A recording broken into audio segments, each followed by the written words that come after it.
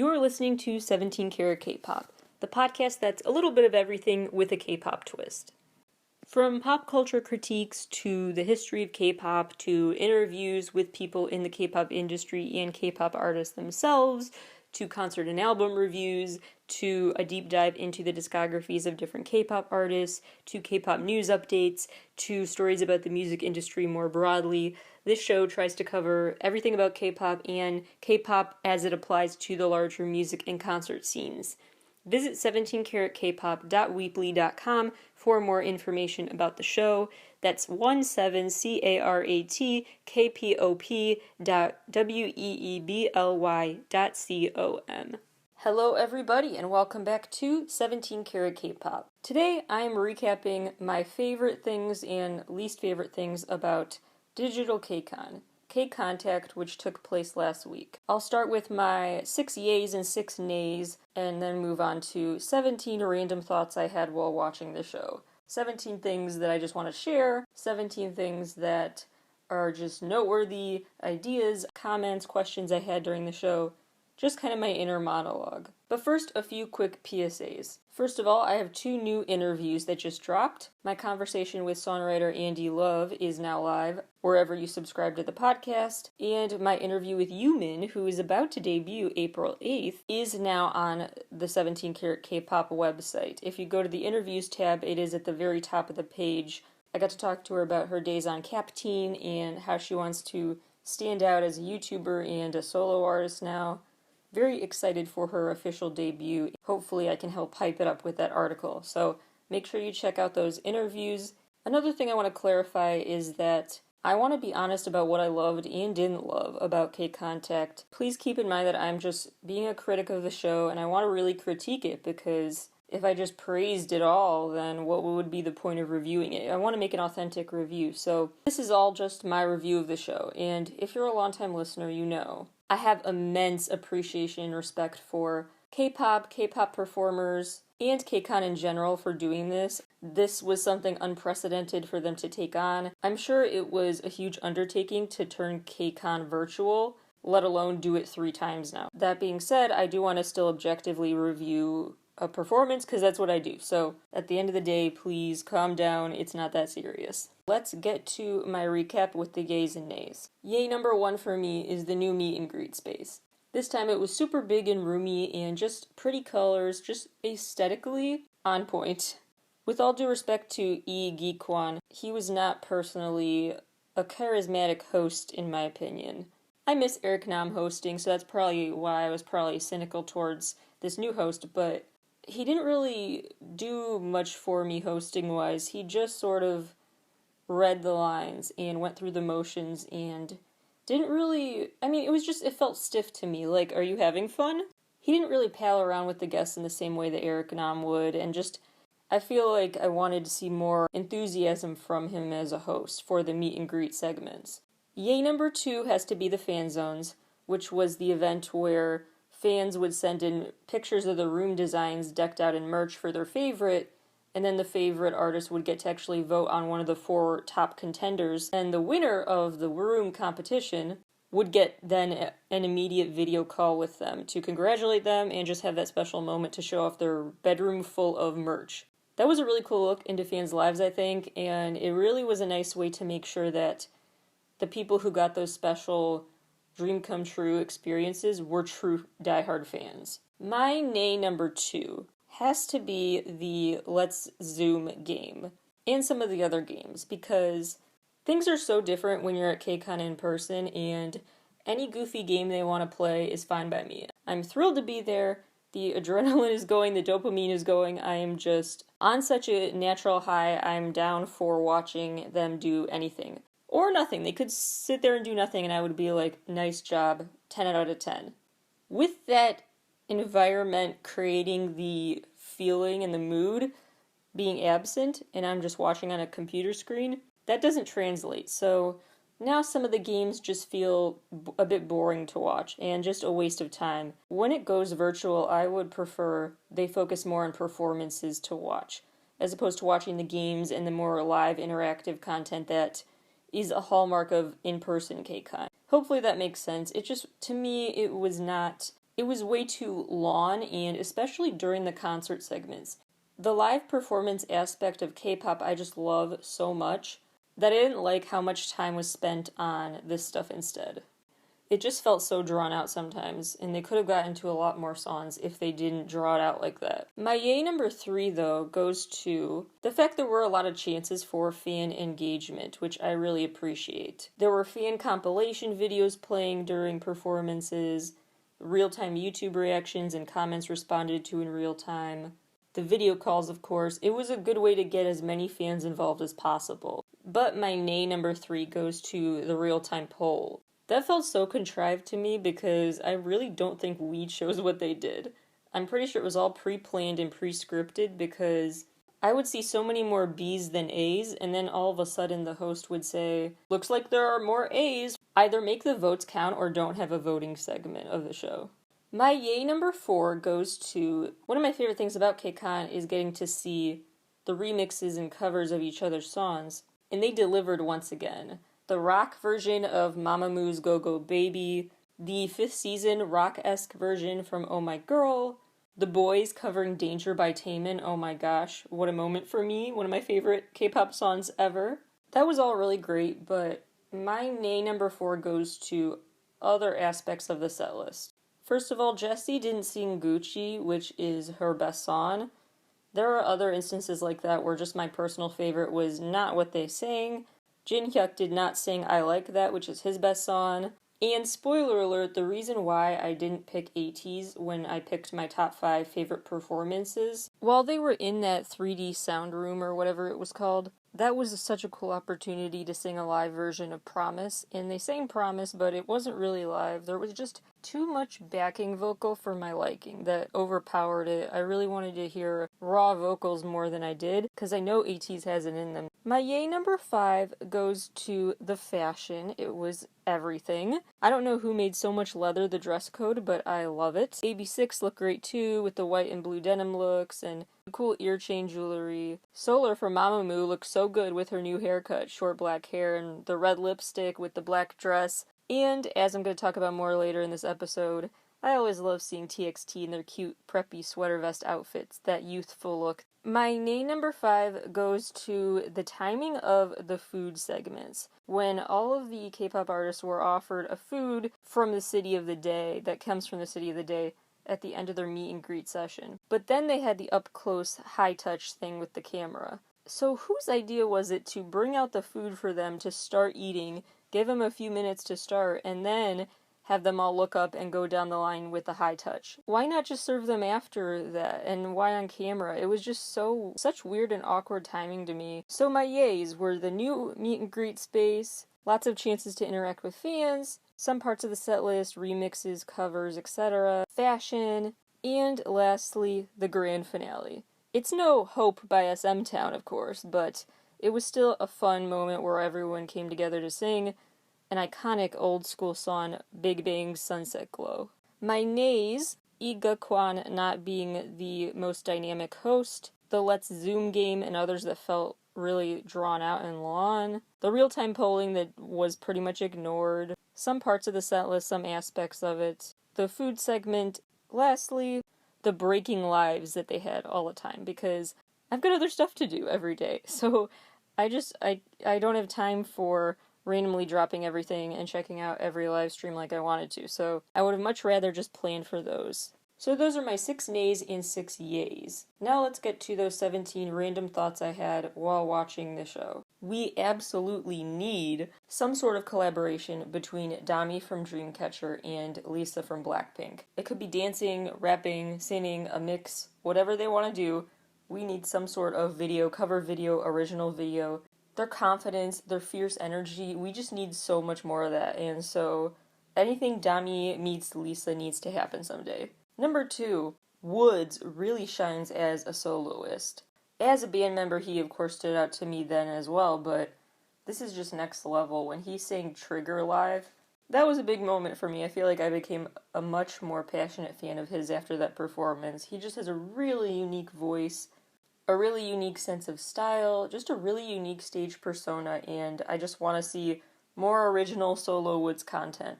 Number 3, Everglow's duality goes so underappreciated. Everything they did during their concert was such a on and off light switch of fierce performances to their anthemic songs that they're known for, but also just cute moments, smiling and posing for pictures and just being super cute and wholesome and lovable. So there are definitely some artists who more clearly portray this duality of beast mode and flower mode, as they're often called. I think Everglow has been thrown into the beast mode, confidence, anthemic songs category a lot, for good reason, but I'm just loved the fact that we got to see them in that other light as well.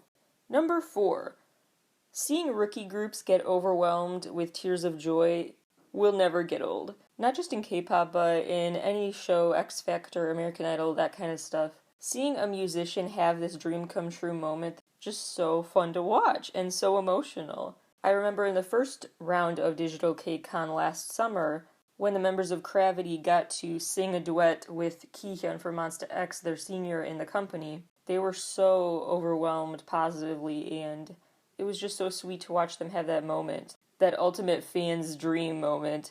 And this time it was seeing TO1, as they rebranded, watch the fans come together and hold up all of those fan messages on pieces of paper on their video screen so that you could see just a sea of positive messages that had been coordinated in advance for them. They truly looked so overwhelmed and touched by that gesture, and we love to see it. Number 5, that's another noteworthy thing on this list. TOO has officially rebranded to TO1. We talked about the drama with their previous management at length on previous episodes, so I won't go into it again, but that is the latest update. Maybe now people will start pronouncing their name right more. Instead of just 2, they'll pronounce it TO1 instead of Toll or something. Number 6, I don't know if this was supposed to be revealed or if this was an accidental slip, but during B2B's set they mentioned hoping that they're on the lineup again for K-Contact this June. No surprise, but interesting clarification. I do wonder, some other themed annual conventions that usually take place in the summer have already rescheduled for fall, hoping that it's safe enough and there's enough herd immunity by then for them to be able to safely have an in-person convention. So I honestly wouldn't rule that out as a KCON LA in the fall in person. I wouldn't rule that out as something that could happen. But for KCON New York, which is usually in June, that I'm pretty sure is just flat out canceled again, and they'll just stick with this virtual format. Not confirmed officially, but it just seems super clear that is where their heads are at. Number 8. ATs were joking when they were doing these romantic gestures. We're like romanties right now. And that made me think, you know what? ATs needs to do something with that. There needs to be romanties merch, a romanties comeback concept, a romanties music video storyline. It sounds like the name of a K-drama. It sounds like the name of an ATs web show. Something. They just need to take that joke, that comment made just jokingly, and make it into a big marketable thing. That's just my opinion. Romanties is a good idea. If you think that's silly, you should have heard my tangent about astrobots and how that should be a thing. Astro needs to do a robotics concept, an outer space concept for a comeback. Anyway, I have a lot of harebrained ideas, and this is my platform to share them, so just let me. Number 9. I officially have an N- bias. It's Nikki. But all of the members, honestly, I could really just sense that Big Hit Entertainment magic they have. I always have a lot of respect for when an artist gets me to like a song I honestly didn't care for, didn't think it was one of their best, but suddenly I develop a new level of appreciation for it after hearing the live version. Before, maybe I hadn't listened to it much, not put it on my playlist more than once because I got tired of it quickly, didn't think it was very good compared to the other songs. But then just after listening to the full song live, giving it my full attention, then sometimes I'm like, wow, why wasn't I appreciating this more before? And that is what N- did for me with Let Me In. I honestly didn't care for that song, but somehow the way they performed it live made me realize how catchy it really is. And I'm always so impressed when an artist brings a song to life in that kind of way in a live performance. 10. I can't help but always get a little distracted and consumed with looking at Zoom audiences when they're at events like this. This crowd was quite diverse, I noticed, but I really would have loved to see more guys tune into the show. And I just started really thinking for a very long time, because that's my inner sociology major nerding out over this stuff, analyzing demographics and whatnot, wondering how much social conditioning prevented guys from tuning in, because I know there are a lot of, I've seen them in person at concerts, there are tons and tons of guys and anyone who doesn't identify as a woman who also like to go to K-pop shows. That diversity I see on the ground at these events was not reflected at all in the Zoom crowd, and I just wonder if being put on display for a globally televised event, I'm just wondering if that deterred some guys from participating. I guess what I'm trying to say is that I just wonder how many guys are hiding their appreciation for K-pop because they fear being made fun of or it being called girly, whatever that even means. It's just sad how much social stigmas shape what people think they can be public about liking. And I just think there are a lot of K-pop fans who don't fit the screaming teenage girl stereotype, who would actually go to KCON and stuff if they felt socially permitted to do so, and the fact they don't is really sad. Because then it just perpetuates the stereotype, and it's a cycle, right? So if you have an interest and fear judgment for it, then you don't share that interest. So then the public perception is, oh, only teenage girls are into that, for example. And so then you further fear revealing you like it for being made fun of or whatever. And so then when you don't publicly say you like that stuff, the public perception is still, oh look, it's only loud and proud teenage girl fans who exist, and it just keeps going. So anyway, just something I was really thinking about as I saw the show that I hope people didn't miss out just out of fear. Number 11. Oh My Girl deserves their Brave Girls moment. I broke this down in a previous episode. You know what a Brave Girls moment means now. We should just make that officially part of the K-pop fan official lexicon. Oh My Girl deserves their Brave Girls moment. They toured in the USA, and when they did, it was sparsely attended to say the least. Ticket sales were really poor, even for small venues they couldn't fill. And love it or hate it, the fact is that when K-pop groups try to break into the USA market, and it can really deter their whole career going forward. It is viewed as a big milestone of you can make it in a global sense or not. That's kind of a litmus test at the USA tour. I would argue that was part of the many factors that led to 101's disbandment, because when they came to tour in the USA, ticket sales were really poor. So it would not be surprising to me if that had also been Oh My Girl's fate. But then after that tour attempt, they released Non-Stop, which is a K-pop classic in the making, truly. They're finally getting the praise and attention they deserve for being K-pop artists, and it's really cool to see. They need that, they deserve that revival. And if you're wondering what the big deal is specifically about Non-Stop, I think it's because it's a mix of classic K-pop elements and just modern trend. So they took the cowgirl chic, mixed it with teddy bears and pastels and just all sorts of cutesy stuff, mixed with a catchy song and a super easy to recreate a TikTok ready dance challenge routine. It blended classic K-pop with just trending pop culture details to create a unique mix that was classically Oh My Girl. So I do think it was a big cultural moment. Number 11. I want to see more of these reverse fan signs going forward at these events, at virtual meet and greet type of events where K-pop artists pretend to be the fan and the fan who gets to video chat them pretends to be the famous artist and sign an autograph for them. I just think they're super cute and fun to watch, and I would be floored to see my idol pretend to be starstruck by me. Number 12. The award for Best Backup Dancers goes to Sunmi, because her backup dancers help make mask-wearing look sexy, which I always appreciate. And numbers 13 through 17 on my list are my 5 picks for best performances. 5th place, I picked Dreamcatcher. I freak out whenever a relatively newer K-pop group covers a song from an older K-pop group, relatively, and they perform My House by 2 p.m., which was honestly one of the songs that was one of my first favorite K-pop songs. When I thought about 10 big songs that really made me feel like I'm a K-pop fan now, one of those was My House by 2 p.m. And he performed a really cool new rendition of that song in suits. They looked incredible, they sounded great, really enjoyed it. 4th place, I put ENHYPEN because, like I said before, they got me to appreciate the song Let Me In. They also covered Block B's Very Good, which was another moment for me where I felt like, oh my gosh, the generations of K-pop stars are colliding and making me feel nostalgic. 3rd place, I said Ace. Intro performance I think had the best background designs, the prettiest backdrops to it. Plus, when they sang that OST, I loved seeing that side of them as well. They got to show their fierceness and the softer side too, like Everglow did. Those are the artists who I really, really appreciate seeing at these types of shows. Second place, I said Ha Sun-woon, because his set was just really cute and quirky. He started with Curious, and during that song you could see this cute little video game avatar behind him. He had the avatar of himself on the screen, and then the real Ha Sun-woon showed up. You had to be there, it was super cute, and a nice, clever new intro. And number 1 goes to TXT, because they had the most entertaining concert and meet and greet at K-Contact this year. So that's why I picked them, because some artists, the meet and greet part was just not as interesting. I'm sure it was fun for them, but to just watch, it's not as fun. Certain games, charades type games, or do this while blindfolded games, they're just not as exciting when you're just watching on a computer screen. Maybe in real life it's a bit different, but even then I'd prefer they just, do a more engaging game, but TXT's was actually fun to watch with the relay skills they had to show.